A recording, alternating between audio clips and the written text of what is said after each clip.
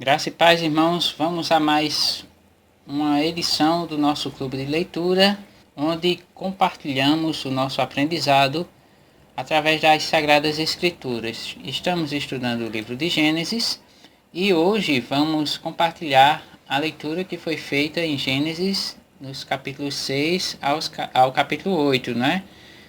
Somente relembrando que é necessário que vocês também façam a leitura para que quando colocarmos o programa no ar você já tenha lido, para a gente compartilhar a leitura que foi feita, ok? E no programa anterior, fixando o conteúdo, tivemos as seguintes perguntas, né, que foi onde compartilhamos de Gênesis do 3, capítulo 3 ao capítulo 5. Então a primeira pergunta foi: quem também recebeu castigo e maldição, mesmo sem ter comido o fruto da árvore do conhecimento do bem e do mal? Que resposta você deu? Então, se você respondeu a cobra, está correto, né? Foi a cobra que também foi castigada, né? Isso a gente lê lá no capítulo 3, versículos 14 e 15 de Gênesis. A segunda pergunta foi: que resposta Caim deu quando o Senhor lhe perguntou por seu irmão Abel? Qual foi a resposta que Caim deu quando ele tinha matado seu irmão, né? E depois Deus veio e perguntou a ele por Abel. E a resposta foi: não sei. Por acaso sou guarda do meu irmão? Essa resposta está no versículo 9 de Gênesis 4. A outra pergunta foi: quantos anos Matusalém viveu? E qual era o nome do pai dele? Você sabe quantos anos viveu? Aliás, né? Matusalém, conhecido como o homem que viveu mais tempo na Bíblia, né? Com exceção de Enoque e Elias, que foram trasladados, né? E a gente não vê alguma narrativa deles terem passado pela morte. Mas dos que viveram e morreram, o que viveu mais foi Matusalém. Ele morreu com 979 anos. E o pai dele se chamava Enoque, né? É o que lemos no capítulo 5, versículos 21 e 27 de Gênesis. E qual lição você pôde extrair dos textos lidos semana passada, Gênesis 3 a 5? Essa pergunta é individual, né? Cada um toma uma lição diferenciada para si. Então, para mim, eu tomei como aprendizado que Deus nos dá o direito de escolha para a gente decidir fazer o que é certo. Ele mostra, né, as opções. Mostra o caminho correto e também mostra o caminho errado que vai dar em problema, né, se escolhermos trilhar o caminho errado. Lá no livro de 1 Coríntios, capítulo 10, versículo 13, diz assim, que não nos sobreveio tentação que não fosse humana, porque Deus é fiel e não vai permitir que a gente seja tentado além das nossas forças. Pelo contrário, juntamente com a tentação, nos proverá livramento, de sorte que possamos suportar. Então, nosso dever como cristãos é buscar se afastar do mal a cada dia e nos apegarmos cada dia com as coisas de Deus, porque assim como foi com Caim, assim como foi com Adão, com Eva, que não resistiram à tentação, eles colheram, né, o mal, eles acabaram colhendo as consequências por causa do mal que cometeram, por causa do pecado que cometeram. Então, eu tomei como lição para a minha vida, eu acredito que você também tomou um pouco como lição isso. A gente não deve ceder às ciladas, à tentação do inimigo, porque Deus dá a oportunidade de a gente se sair, né, da gente se afastar para não cometer o erro e acabar sendo prejudicado. Amém? Mas hoje vamos compartilhar capítulos 6 a 8 do livro de Gênesis. Vamos lá? Clube de Leitura Bíblica.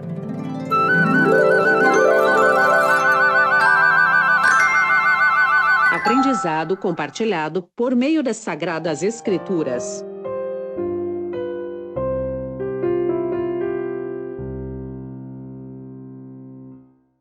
Então, esta semana nós recomendamos a leitura dos capítulos 6 a 8, que seria o tema principal que abordaríamos no clube de hoje, né? Então, espero que você também tenha feito a leitura para que a gente possa compartilhar.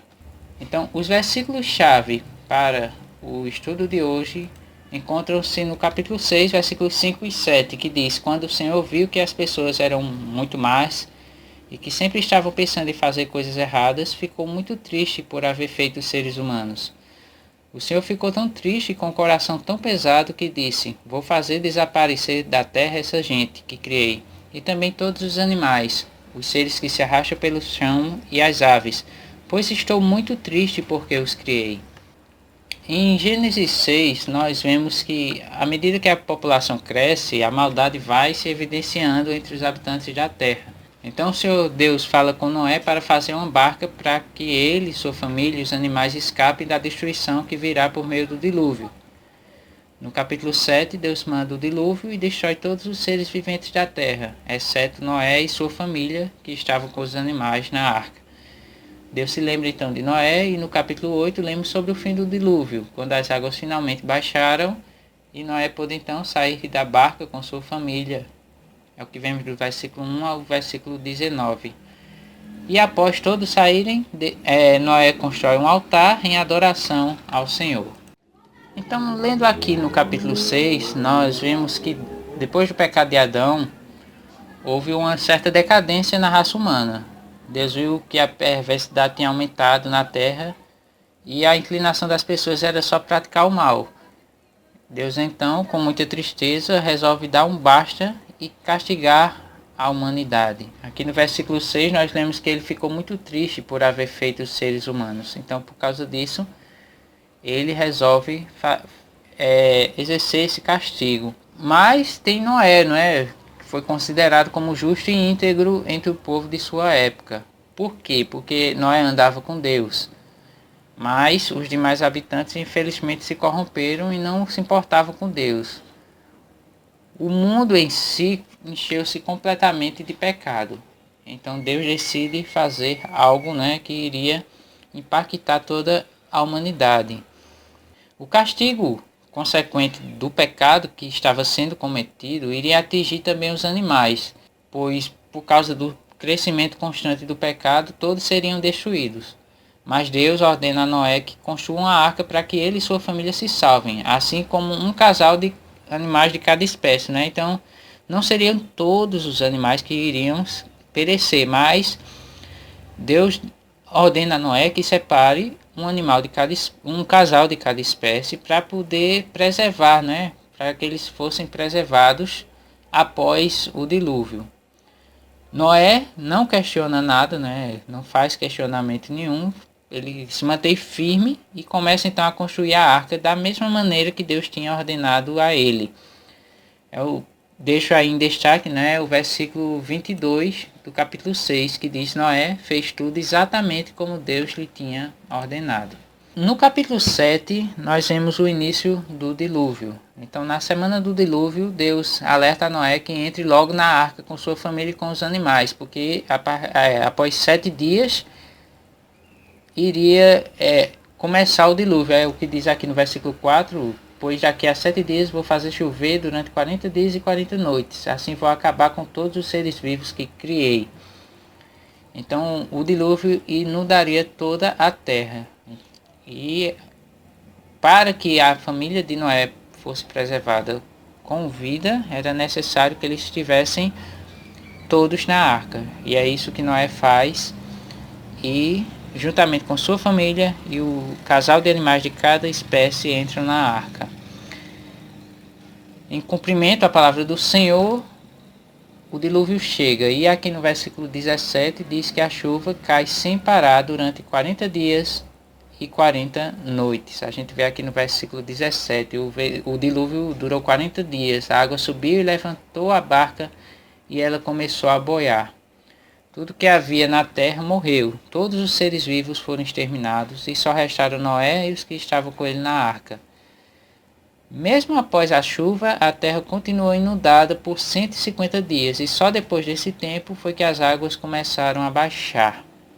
Versículo 24 diz: só 150 dias depois é que a água começou a baixar. Partindo para o capítulo 8, nós lemos sobre o fim do dilúvio. Então Deus se lembra de Noé e dos que estavam com ele e faz com que o vento sopre na terra para que as águas possam baixar. Logo no começo do capítulo a gente lê isso aqui no versículo 1. A arca parou nas montanhas do Ararat.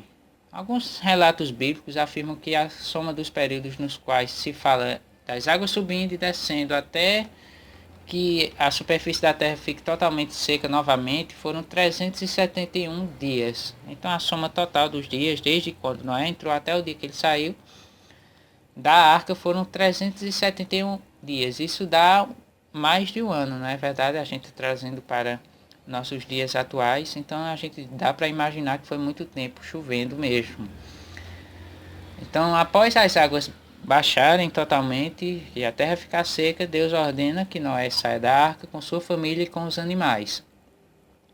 Noé sai com os animais, sai com sua família e, como demonstração de gratidão a Deus, ele faz um sacrifício e oferece animais em holocausto. É o que vemos aqui no versículo 20 do capítulo 8, que diz: Noé construiu um altar para oferecer sacrifícios a Deus o Senhor. Pegou aves e animais puros, um de cada espécie, e os queimou como sacrifício no altar. Deus se agrada desse sacrifício e declara, afirma que não vai voltar a destruir mais os seres vivos como fez neste dilúvio. É o que diz no versículo 22, concluindo o capítulo 8, também nunca mais destruirei todos os seres vivos como fiz desta vez. Enquanto o mundo existir, sempre haverá semeadura e colheita, frio e calor, verão e inverno, dia e noite. Amém? Então, vamos à aplicação prática desse estudo. O que podemos tirar como aplicação para nós? O fato do homem já ser pecador por natureza torna necessário que o mesmo se arrependa e se volte para Deus para obter a salvação e a redenção divina. Por quê? Porque nós já nascemos com uma natureza pecaminosa. E se a gente não se arrepender, a gente não vai conseguir desfrutar dos benefícios de uma vida próxima a Deus. Tanto que Deus diz em Gênesis 8, a parte B, do versículo 21, que nunca mais vai amaldiçoar a terra por causa da raça humana. Por quê? Porque ele sabe que desde a juventude as pessoas só pensam em coisas más. E Atos 3:19 nos fala que é necessário que a gente se arrependa e se volte para Deus para que os pecados que a gente comete sejam perdoados, o texto diz: portanto, arrependam-se e volte para Deus a fim de que Ele perdoe os pecados de vocês. Muitas vezes cometemos alguns pecados e não damos a importância em nos arrependermos, por acharmos que Deus não vai se importar com isso. Mas na verdade, conforme que a gente viu aqui, na ocasião do dilúvio, Deus se entristece muito, quando pecamos e não nos arrependemos. Mas Deus se alegra quando a gente se arrepende com sinceridade. Efésios 4:30 diz assim: não façam com que o Espírito Santo de Deus fique triste, pois o Espírito é a marca de propriedade de Deus colocada em vocês, a qual é a garantia de que chegará o dia em que Deus nos libertará. É uma exortação a não entristecermos o Espírito do Senhor. E quando a gente peca, a gente acaba entristecendo o Espírito Santo. Lucas capítulo 15, versículo 7 diz assim: pois eu lhes digo que assim também vai haver mais alegria no céu por um pecador que se arrepende dos seus pecados do que por 99 pessoas boas que não precisam se arrepender. Esse texto fala que há júbilo no céu, uma festa no céu quando o pecador se arrepende. Mas no texto, infelizmente, o que aconteceu com as pessoas nos dias de Noé? Ao invés de se arrependerem, eles alimentavam o pecado dia após dia. E o que no início, quando vimos lá no começo, os primeiros capítulos, parecia ser um pecado isolado, ou seja, um fato talvez que aconteceu e pronto, passou, como a gente viu lá com Adão, com Eva, com Caim, que pecou, infelizmente acabou se estendendo por toda a humanidade, O pecado se alastrou no meio de todo, estava todo mundo cometendo pecado. Romanos capítulo 5, versículo 12 diz assim: o pecado entrou no mundo por meio de um só homem, e o seu pecado trouxe consigo a morte. Como resultado, a morte se espalhou por toda a raça humana, porque todos pecaram. Tá vendo? É o que diz a palavra de Deus. A Bíblia fala que, assim como foi nos dias de Noé, será também quando o Senhor Jesus voltar em sua glória. É o que diz lá em Mateus 24, 37. Que diz que a vinda do Filho do Homem será como aquilo que aconteceu no tempo de Noé. Lucas 17, 26 a 27 também reforça, né, esse texto que diz: como foi no tempo de Noé, assim também será nos dias de antes da vinda do Filho do Homem. Todos comiam e bebiam, e os homens e as mulheres casavam, até o dia em que Noé entrou na barca. Depois veio o dilúvio e matou a todos. O juízo de Deus logo irá se cumprir. Temos que ter a disposição e a firmeza de Noé, porque em breve o Senhor voltará.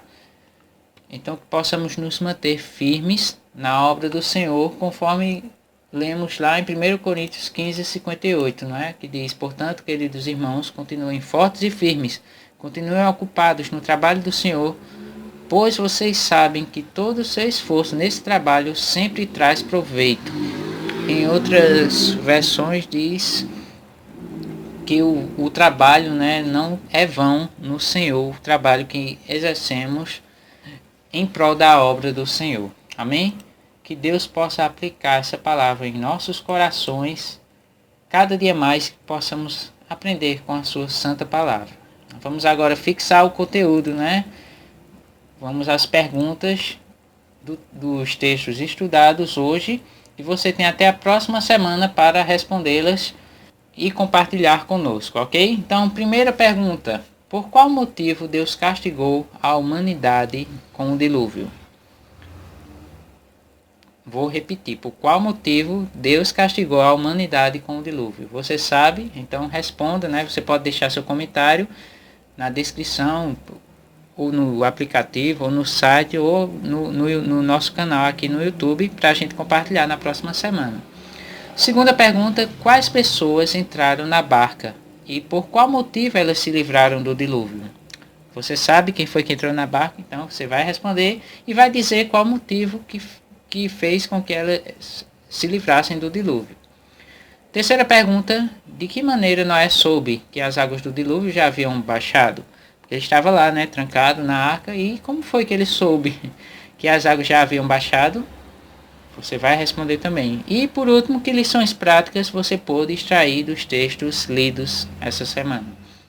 Então encerramos por aqui, só reforçando que esta semana a leitura será nos capítulos 9, 10 e 11 de Gênesis. Então você vai responder essas perguntas que foram feitas, né, na lição de hoje, vai trazer na próxima e vai ler durante a semana os capítulos 9 a 11 de Gênesis para podermos compartilhar aqui todos juntos, ok? Um forte abraço e até o próximo estudo. Deus vos abençoe.